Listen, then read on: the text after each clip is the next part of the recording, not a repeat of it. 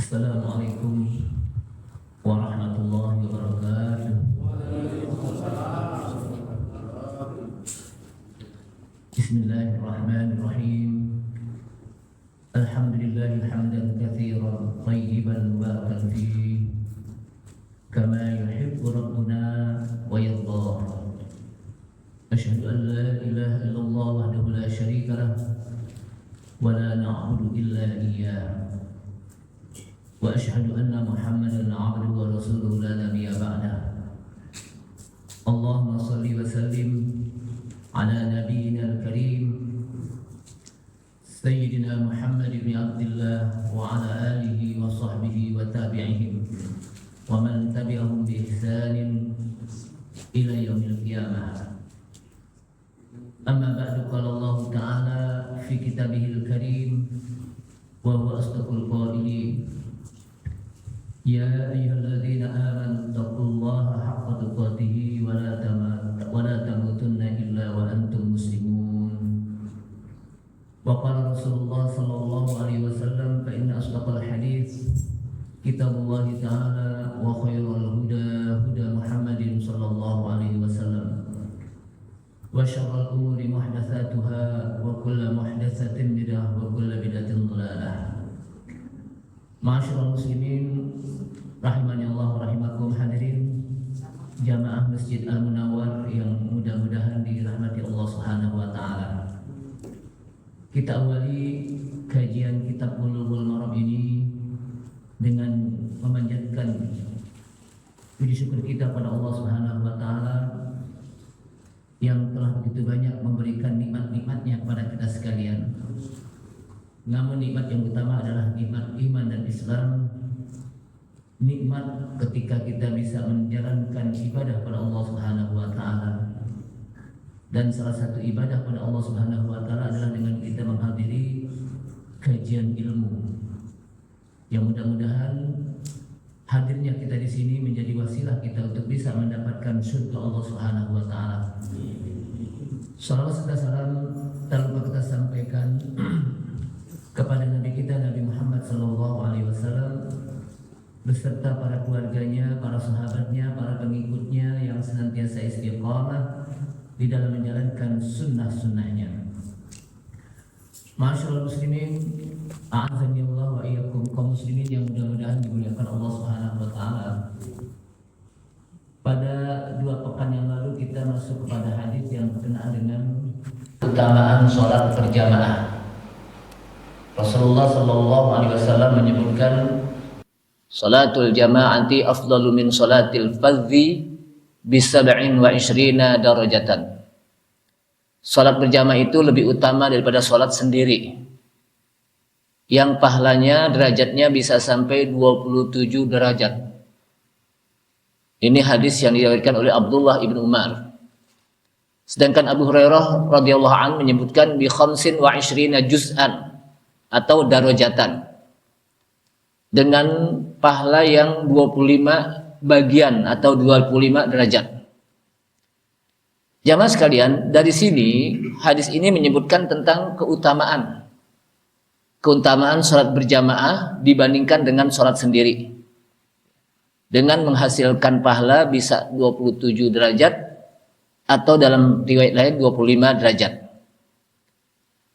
Namun jamaah sekalian, kita pernah bahas, bagi mereka-mereka yang ketika memiliki keuzuran di dalam melaksanakan sholat berjamaah karena dia sakit atau dia safar, sementara dia orang yang rutin di dalam melaksanakan sholat berjamaah dan dia kejar untuk bisa sholat berjamaah, maka pahalanya itu sama dengan orang yang sholat berjamaah walaupun dia sholat sendiri. Kenapa? Karena dia punya uzur. Dalilnya mana?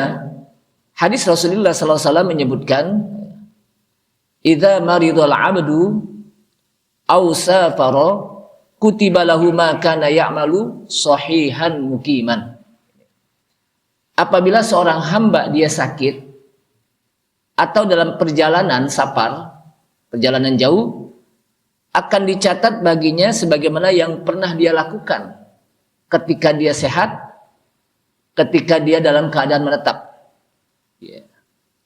Jadi pahalanya sama. Kenapa? Karena ada uzur di dalam melaksanakannya. Sementara dia sudah rutin untuk melaksanakan sholat berjamaah. Namun kalau kita lihat dalam hadis ini, bahwa sholat berjamaah itu bukanlah sebagai syarat sahnya sholat. Artinya orang yang sholat sendiri, sholat wajib sendiri, tidak berjamaah, sah sholatnya. Namun sebagian ulama mengatakan ma'al ismi. Cuman orang tersebut berdosa karena sudah meninggalkan sholat berjamaahnya. Artinya sholatnya sah, tapi dibarengi dengan apa? Berdosa karena dia sudah meninggalkan apa? Berjamaah tanpa adanya uzur. Jamaah sekalian, ya, disebutkan lagi di sini bahwa walaupun kita sama-sama ketika sholat berjamaah mendapatkan pahala sampai 25 derajat, atau dalam riwayat yang mengatakan 27 derajat, namun masing-masing memiliki tafawutun kabirun, bertingkat-tingkat pahalanya di dalam mencapai pahala tersebut. Walaupun sama-sama 27 derajat atau 25 derajat, tapi tentunya pahalanya juga bertingkat-tingkat, nggak semuanya sama gitu. Dari sisi apa? Min haitsul khusyu, dari sisi kehusyuannya. Semuanya sholat berjamaah, tapi di antara semua yang sholat berjamaah ini tentunya masing-masing berbeda kehusyuannya. Ada yang khusyuk dari awal sampai akhir. Ada yang khusyuk pada saat cuma takbiratul ihram doang gitu. Ada yang khusyuk pada saat terakhir doang gitu. Atau di awal doang. Makanya apa? Bertingkat-tingkat. Dari sisi apa? Min haitsul khusyu, dari sisi kehusyuan. Yang kedua juga bisa juga berbeda dengan wal hudur fis shalah, kehadiran dalam sholat.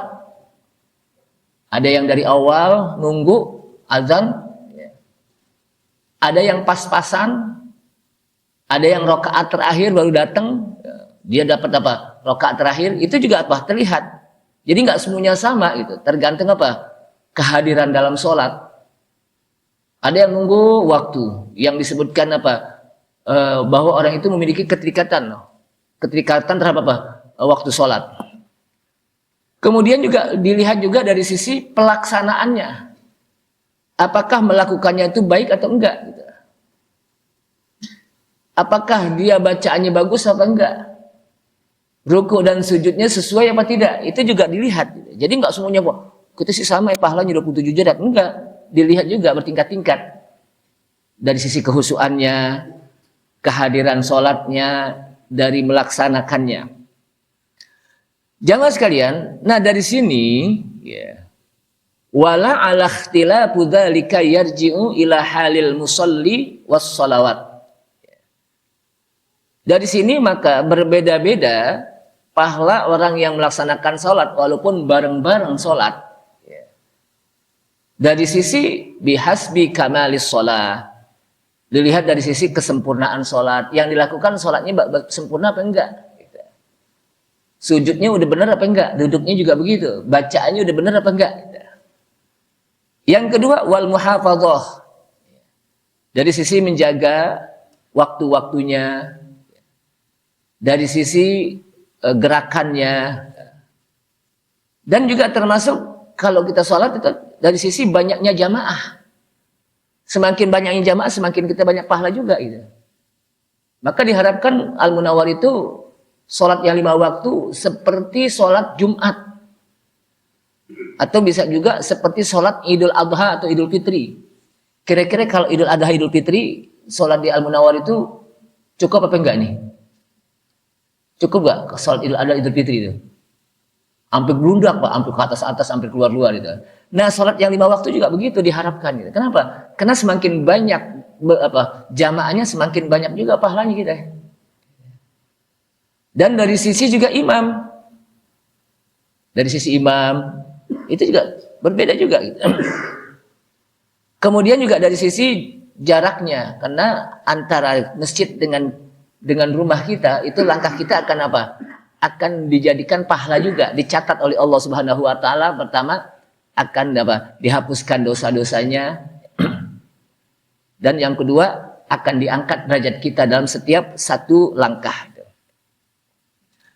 Masyaallah muslimin rahimakumullah. Maka di dalam sholat seringkali kita mengulang-ulang tentang bab sholat. Jadi jangan sampai kita udah puas tentang sholat kita. Ini kan dari kecil udah melaksanakan sholat, masa iya salah sih gitu. Ada orang seperti itu. Dari kecil saya dari SD udah mulai sholat, masa iya saya salah sholat saya gitu. Bisa jadi gitu kan. Bisa jadi pada saat itu ada ilmu tentang yang berkenaan dengan bab sholat belum sampai kepada kita. Tapi ketika kita berusaha dengan kita duduk di kajian, mudah-mudahan apa yang pernah kita lakukan dahulu, mungkin ada kekurangannya, ada kesalahannya, Allah Subhanahu wa Ta'ala maafkan. Tapi kita dalam proses belajar. Bukan proses berdiam diri, merasa puas kalau sholat salva. Kalau saya itu sudah melaksanakan sholat. Tapi dalam proses belajar. Kenapa? Karena Allah Subhanahu wa Ta'ala maafkan. Bisa jadi bab itu belum sampai kepada kita. Ilmu itu belum sampai kepada kita. Karena kita dalam proses belajar. Berbeda kalau yang nggak belajar. Merasa bahwa semua bab sholat udah sampai kepada dia.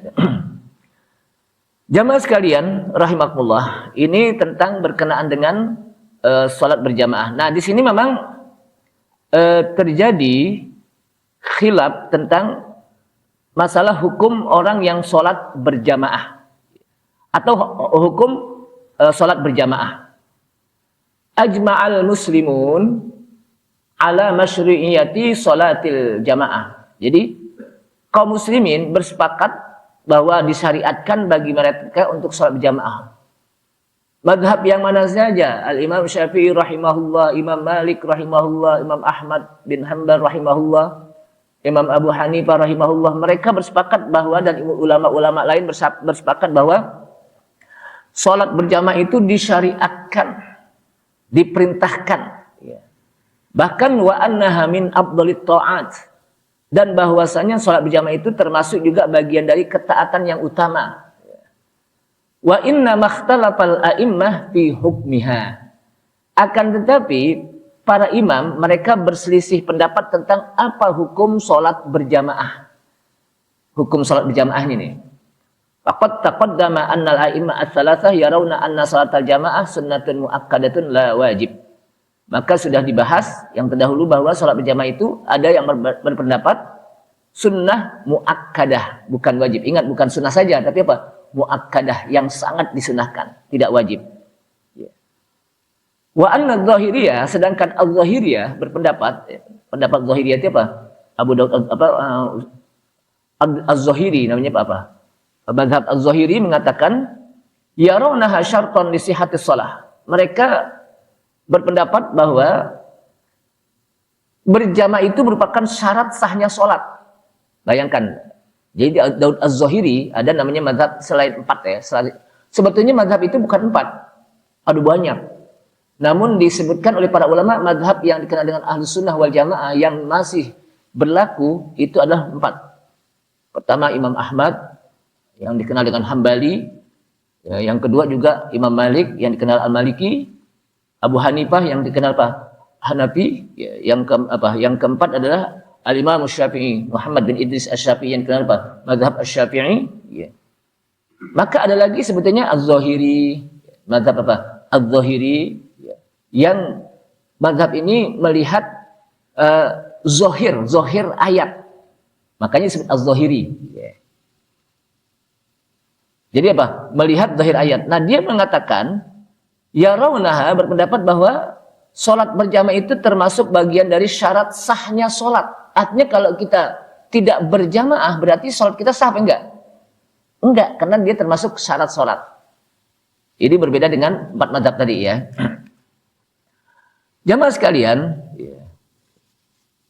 kalau dilihat dari pendapat yang disampaikan Ibnu Qayyim al-Jauzi yang merupakan murid daripada Syekhul Islam Ibnu Taimiyah, namanya Ibnu Qayyim al-Jauzi, dan juga termasuk Ibnu Katsir, murid daripada Ibnu Taimiyah, mengatakan man ta'ammala sunnah, barang siapa yang memperhatikan sunnah hadis, tabayyana lahu, maka akan jelas baginya anna fi'laha fil masjidi, bahwa melakukan salat berjamaah di masjid fardu ainin, fardu ain, wajib ain, wajib per individu bagi laki-laki, bukan apa? Bukan bagi perempuan, bagi apa? Laki-laki. Kita laki-laki bukan nih? Laki-laki dong Ustaz. Ya, gitu ya. Berarti wajib. Berarti kalau orang yang merasa bukan laki-laki, sholatnya di mana? Yang merasa bukan laki-laki. Di rumah berarti ya. Berarti dia apa? Laki-laki solehah berarti ya. Maka apa? Kalau diperhatikan, kata Ibnu Qayyim, memperhatikan sunnah, maka akan jelas baginya bahwa melakukan sholat berjamaah di masjid apa? Fardu ain. Fardu ain itu per individu. Nggak bisa diwakilin sama anaknya. Deh nak, kamu sholat berjamaah sana, bapak di rumah aja, wakilin ya. Nggak bisa gitu. Atau bapaknya wakilin keluarganya. Bapak akan wakil engkau sholat berjamaah nanti. Nggak bisa, apa per individu. Bapaknya wajib, anaknya juga wajib yang laki-laki. Kenapa? Karena ini mengambil hadis dari yang namanya Ar-Rajulul A'ma. Siapa Ar-Rajul A'ma? Abdullah Ummi Maktum. Nanti kita akan bahas. Di mana Abdullah Ummi Maktum datang kepada Rasulullah SAW dan minta diberikan rukhsah untuk tidak sholat berjamaah. Kenapa? Karena pertama, dia beralasan dengan beberapa alasan. Pertama, dia adalah seorang yang rajulun a'ma. Namanya disebut rajulun a'ma. Artinya apa? Laki-laki yang tidak melihat, buta. Yang kedua, rumahnya jauh dari masjid. Yang ketiga, tidak ada yang nuntun. Biasanya kalau orang buta kan kalau ada nggak ada yang nuntun, gimana kira-kira ke masjid? Ya nggak bisa jalan. Makanya dia minta rukhsah. Yang keempat, tidak aman perjalanan dari rumahnya ke masjid. Karena kita tahu di daerah apa? Mekah atau Madinah, kalau subuh-subuh zaman dulu kan banyak binatang-binatang buas. Maka dia apa? Minta rukhsah. Hal indi rukhsah. Apakah saya punya rukhsah ya Rasulullah? Maka Rasulullah diam. Kemudian ketika dia mau berjalan, Rasulullah tanya, hal tasma'un nida? Abdullah bin Maktum, apakah engkau mendengar panggilan azan? Qala na'am. Kedengaran ya Rasulullah. Bahwa apa? Terdengar azan. Qala fa'ajib. Kalau gitu ajib. Tetap laksanakan sholat berjamaah. Artinya apa? Tetap harus dilaksanakan walaupun seperti itu. Dengan alasan yang apa? 4 tadi. Nah, kira-kira kalau kita kembali kepada diri kita nih, kita dari rumah ke masjid ngelihat gak kita? Ngelihat melek banget gitu ya. Melek banget nanti kita kan ngelihat. Yang kedua, nggak perlu ada yang nuntun gitu ya. Orang jogging juga masih kuat gitu. Nggak perlu ada yang nuntun. Yang ketiga, rumah kita dekat gak masjid? Lagi batuknya di masjid aja kedengeran dari rumah kita gitu kan. Yang keempat, aman gak kita? Kali ada apa? Binatang macan dari apa rumah kita? Nggak ada. Berarti nggak ada rukhsah. Jadi nggak ada rukhsah. Kalau bahasa kita, apalagi kita gitu. Abdullah Ummi Maktum saja yang rukhsahnya begitu banyak, uzurnya bukan rukhsahnya, uzurnya itu begitu banyak, tetap dia masih diperintahkan untuk sholat berjamaah. Apalagi apa? Mimbabil aula kalau bahasa ulama. Lebih utama lagi kita. Ma'asyiral muslimin rahimakumullah. Begitu juga sebagaimana hadis yang disampaikan oleh Ibnu Mas'ud, di mana beliau mengatakan man sarrahu ayyalqallaha musliman, barang siapa yang ingin bahagia berjumpa kepada Allah Subhanahu wa taala nanti dalam keadaan muslim, fal yusalli hadhihi shalawatil khamas, maka hendaklah dia salat yang 5 waktu haitsu yunada bihinna, di mana saja dia dipanggil untuk melaksanakan salat tersebut. Maksud dipanggil apa? Didengarkan azan, dikumandangkan azan. Ya. Kenapa? Karena Ibnu Mas'ud mengatakan pama yatakhallafu anha illa munafikun ma'lumun nifaq. Tidak ada yang menyelisihi salat berjamaah kecuali mereka yang sudah kecuali bagi mereka yang munafik yang sudah dikenal kemunafikannya, yang sudah nyohor kemunafikannya. Jadi di zaman Rasulullah SAW orang yang tidak salat berjamaah itu udah nyohor.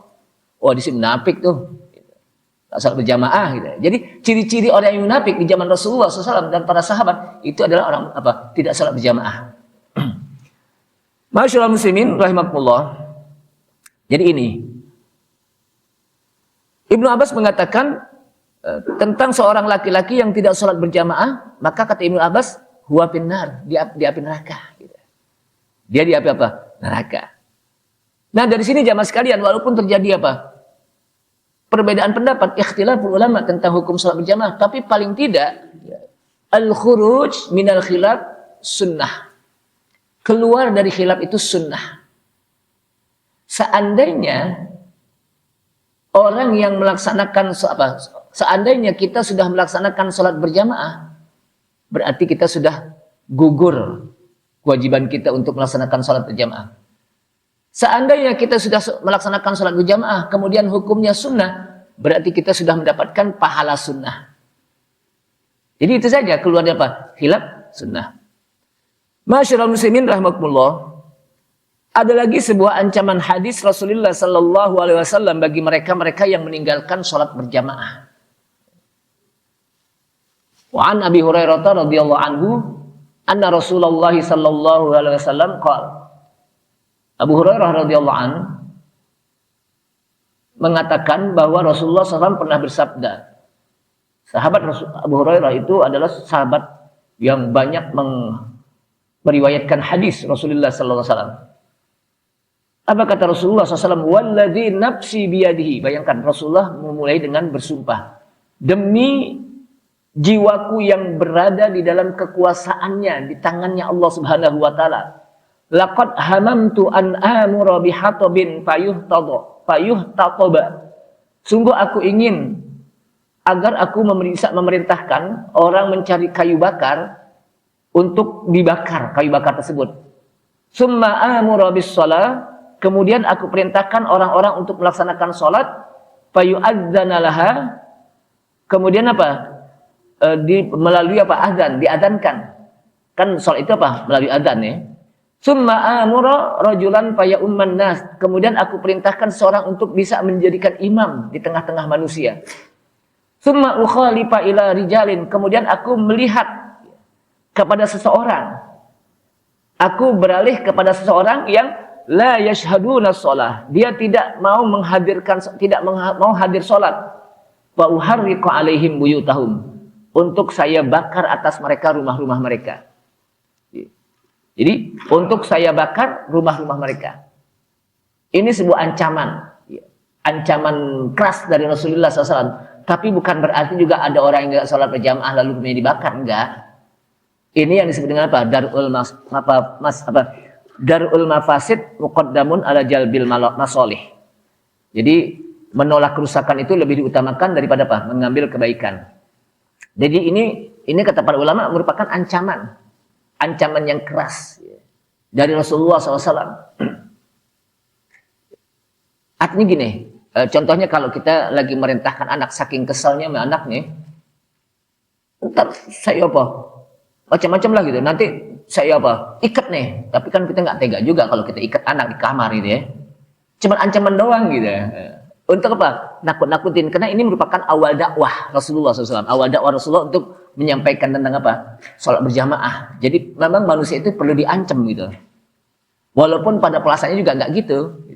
Tapi apa? Ini ancaman yang keras ya. Nah dari sini jamaah sekalian rahimakumullah. Maka kita akan lihat bahwa sholat berjamaah di masjid itu fardu ain ala rijalil balighin, atas laki-laki yang sudah baligh. Ya. Baligh itu apa sih artinya baligh? Baligh itu di situ ada dua. Baligh itu yang sudah dewasa ya, yang mukallaf. Jadi yang mukallaf itu apa? Ala sahih. Jadi sholat berjamaah itu di masjid itu wajib ain atas orang-orang laki-laki yang sudah baligh, yang dewasa. Ya, yang sudah mukallaf. Mukallaf itu kata para ulama ada dua. Pertama dia baligh, yang kedua akil. Baligh itu dewasa. Yang kedua akil itu berakal. Ada orang udah dewasa tapi nggak berakal. Apa nggak berakal maksudnya? Crazy, gila. Nggak wajib sholat. Tapi ini benar-benar gila ya, bukan gila bohongan gitu ya. Karena ada orang apa? Dikasih duit segini nggak mau, dikasih duit 2.000 nggak mau, 5.000 nggak mau, dikasih 10.000 baru mau. Berarti udah kenal duit, bukan orang gila deh. Kenapa? Udah masih kenal duit gitu. Karena orang gila nggak apa? Kenal duit. Jamaah sekalian, Itu yang pertama, balik itu dewasa, akil. Ya. Dia bisa berakal. Tidak. Yang kedua, dewasa. Ya paling tidak, kalau saya bahas tentang ciri-ciri dewasa itu, mukallaf itu anak-anak itu panjang. Paling tidak 15 tahun lah ukurannya deh sekarang, rata-rata. Nah, 15 tahun. Ada orang yang gila tapi nggak balik, itu juga nggak jadi. Pokoknya dua ini yang disebut mukallaf, yaitu akil dan balik, dan itu wajib kata para ulama. Bahkan disebutkan lagi anna man taraka sholatal jamaah, bahwa orang yang meninggalkan sholat berjamaah bila udhrin, ingat ada alasannya, tanpa adanya udhur, nggak ada alasan, istahaqqal uqubah ar-radi'ah, maka berhak baginya mendapatkan siksa nanti dari Allah Subhanahu wa taala tentunya. Tanpa udzur. Yang udzur apa Ustaz? Sakit. Yang udzur apa? Sakit. Yang kedua, orang yang ketiduran. Orang yang ketiduran. Itu udzur termasuk. Kenapa? Enggak kedengeran azan gitu. Enggak kedengeran azan, kenapa? Ketiduran gitu. Subuh umpamanya, subuh nih, biasa subuh nih. Ya sekali. Tapi kalau besok lagi, kok ente nggak datang? Nggak kedengeran azan. Besok lagi sampai seminggu. Itu sih bukan udzur namanya. Kenapa? Tukang tidur. Kenapa? Tiap hari. Gitu. Kalau yang disebut udzur itu sekali-sekali karena mungkin capek, letih. Tapi kalau setiap hari emang emang tukangnya gitu.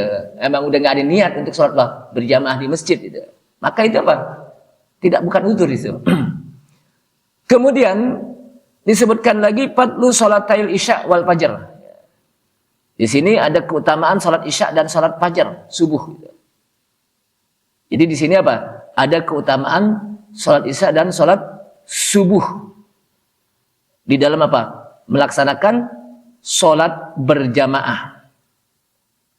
Di mana nanti akan dibahas tentang kenapa? Karena salat isya dan salat subuh keduanya itu memiliki masyaqqat, kesulitan di dalam melakukannya. Salat isya itu orang lagi capek gitu kan.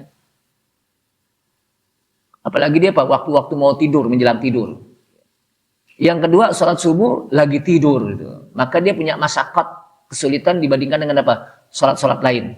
Sampai disebutkan afqalus sholati 'indal munafikin sholatul isya'i wal fajr. Salat yang paling berat yang dilakukan oleh orang-orang munafik itu salat isya sama salat fajar, salat subuh. Itu paling berat. Kenapa? Karena disebutkan oleh Syekh Shalih Utsaimin dalam kitabnya, salat isya itu adalah orang yang dia dari pagi sampai sore kerja, kemudian isya capek, berat baginya untuk melaksanakannya. Salat subuh ketika dia sedang beristirahat tidur, berat baginya. Atau disebutkan dalam beberapa riwayat, karena di zaman Rasulullah masjid itu belum memiliki lampu.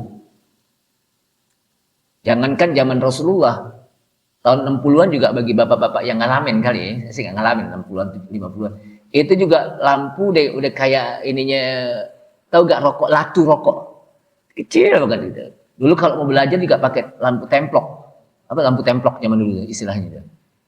Saking susahnya listrik. Itu di zaman Di zaman masih kemarin, apalagi di zaman Rasulullah gelap. Sehingga orang yang datang ke masjid nggak kelihatan. Makanya Umar bin Khattab radhiyallahu anhu itu ketika sholat berjamaah subuh itu dibunuh pada saat sholat subuh itu oleh orang Khawarij. Itu Umar bin Khattab radhiyallahu anhu. Dibunuhnya pada saat beliau sedang menjadi imam di sholat subuh. Memang nggak kelihatan. Sehingga orang-orang munafik ketika mereka sholat kan biar kelihatan orang. Karena mereka sholat yura'unan nas, agar orang-orang ngelihat dia.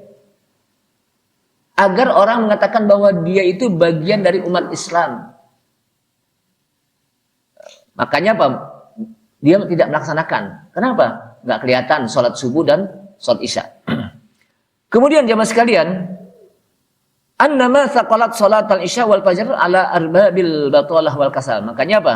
Salat isya dan salat fajar itu memunculkan kemalasan ya. Maka kata para ulama, kalau ada di antara seseorang yang memiliki rasa malas di dalam melaksanakan salat isya dan salat subuh dalam melaksanakan salat berjamaah di masjid, hati-hati.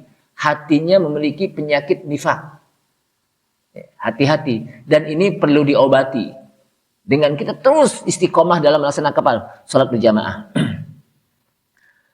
Kemudian dalam hadis tadi juga menjelaskan, ya, ini tadi darul mafasid muqaddamun ala jalbil masolih, di mana Rasulullah hanya sebatas untuk mengancam saja gitu. Tidak betul-betul dilaksanakan, harus dibakar. Kenapa? Karena kalau dibakar satu rumah, yang satu rumah itu dia tidak melaksanakan salat berjamaah, maka nanti apinya kemana-mana. Maka kata para ulama, ini bahasanya Bang, hanya sebuah ancaman saking beratnya gitu, orang yang meninggalkan sholat berjamaah, saking pentingnya sholat berjamaah gitu. Kemudian jamaah sekalian rahimakumullah, dari sini maka hendaklah kita perhatikan tentang sholat berjamaah. Kemudian ada lagi hadis yang lain, ya, di mana di sini tadi yang disebutkan oleh tentang apa? Hadis Abdullah bin Maktum atan Nabiyya rajulun a'ma. Jadi ada seorang laki-laki yang buta datang kepada Rasulullah SAW yang namanya Abdullah bin Maktum. Dia mengatakan innahu laisa liqa'id yakuduni ilal masjid. Sesungguhnya saya tidak punya orang yang nuntun ya, untuk pergi ke masjid. Yang tidak apa, nggak punya orang yang gandeng saya Pak untuk pergi ke masjid. Maka dia minta dirukhsahkan. Maka ketika dia apa, minta rukhsah seperti itu, maka Rasulullah tanya, hal tasma'un nida, apakah engkau apa? Dengar panggilan azan? Naam, Pak Ajib. Maka tetap kamu apa? Melaksanakan sholat berjamaah. Jadi ini merupakan suatu apa yang sangat penting. Nggak ada udzur gitu, nggak ada apa udzur. Kenapa? Karena sholat berjamaah kata para ulama adalah syiarun min sya'airillah.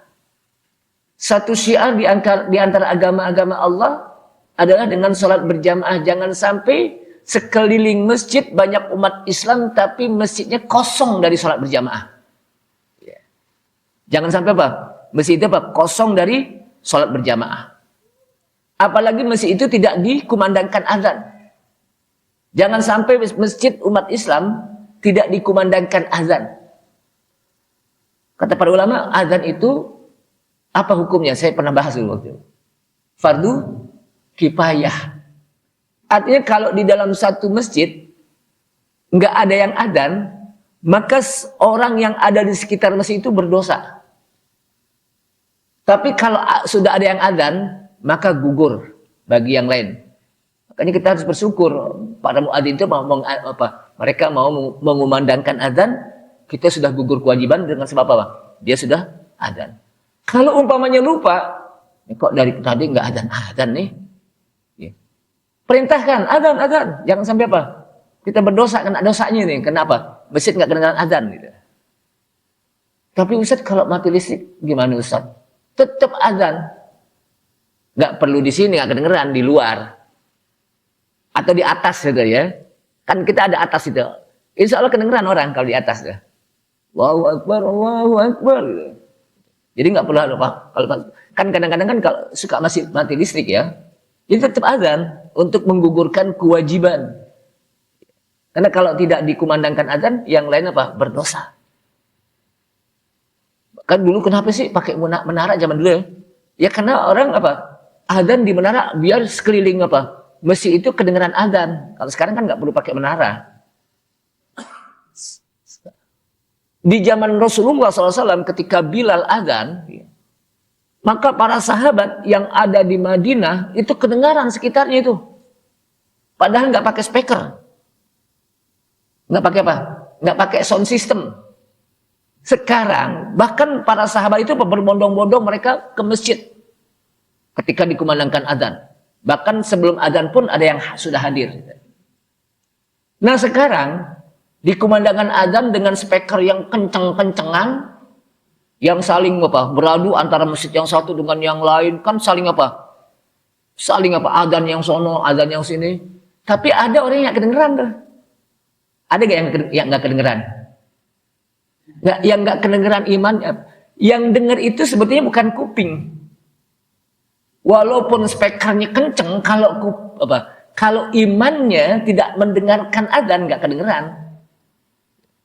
Sebab kuping itu kadang-kadang walaupun kedengeran adzan, kata kuping, baru adzan ya. Maka iman yang penting ini.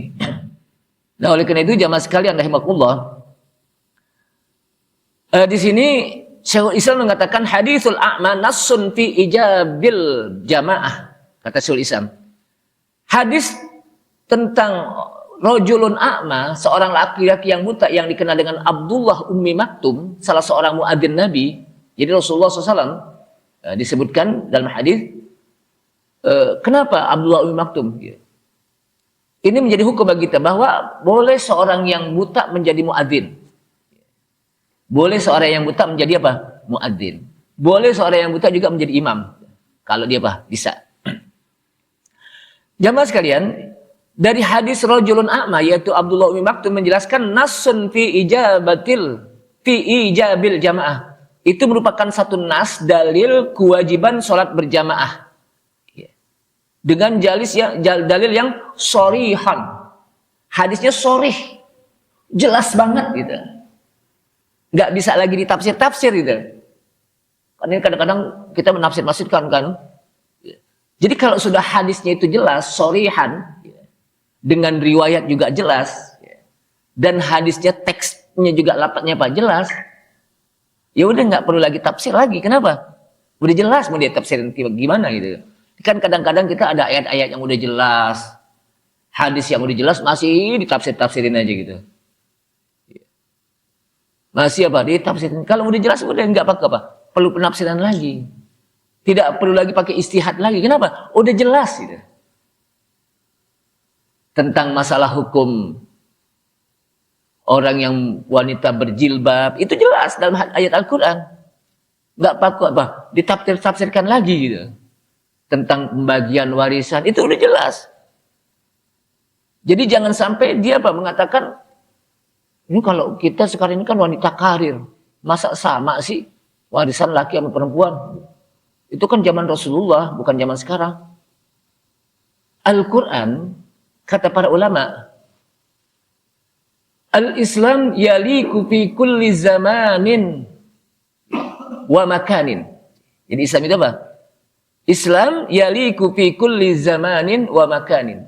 Islam itu akan tetap berlaku pada setiap masa dan tempat. Di masa di mana saja, masa kapan saja, waktu kapan saja, tempat mana saja akan selalu berlaku Islam. Dan sama semuanya syariatnya. Nggak ada yang berbeda. Walaupun dia di daerah barat, negeri barat.